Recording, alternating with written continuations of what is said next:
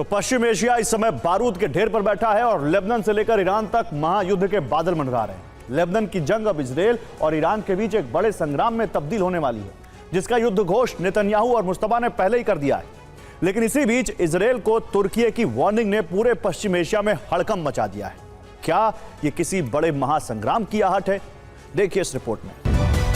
Hezbollah Iran की सबसे बड़ी और सबसे मजबूत ढाल है। हिजबुल्लाह केवल एक संगठन नहीं है, बल्कि ईरान का सुरक्षा कवच है, क्योंकि ईरान जानता है कि अगर इजरायल ने कभी ईरान के परमाणु ठिकानों पर सीधा हमला किया तो हिजबुल्लाह इजरायल पर हजारों मिसाइलें दागकर उसे भारी नुकसान पहुंचा सकता है।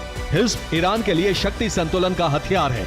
अगर हिजबुल्लाह कमजोर हुआ तो ईरान का दशकों पुराना शक्ति संतुलन ध्वस्त हो जाएगा, जिससे ईरान खुद को सीधे तौर पर असुरक्षित महसूस करेगा कि इजरायल की लड़ाई लेबनान के नागरिकों से नहीं बल्कि हिजबुल्लाह से है। हिजबुल्लाह ने लेबनान को बंधक बना रखा है और लेबनान को ईरान के इशारों पर काम करना बंद कर देना चाहिए और इजरायल के साथ शांति स्थापित करने के लिए आगे आना चाहिए।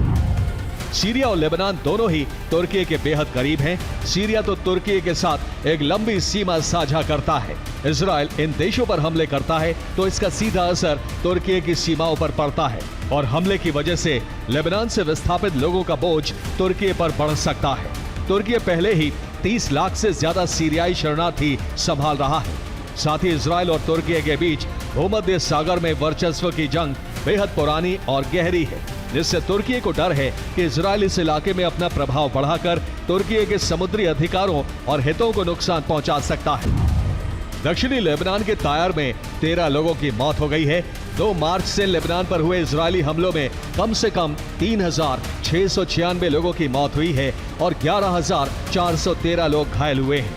रिपोर्ट के मुताबिक आईडीएफ के हमलों में 3 अस्पतालों को बंद करना पड़ा, 17 अस्पतालों को नुकसान पहुंचा।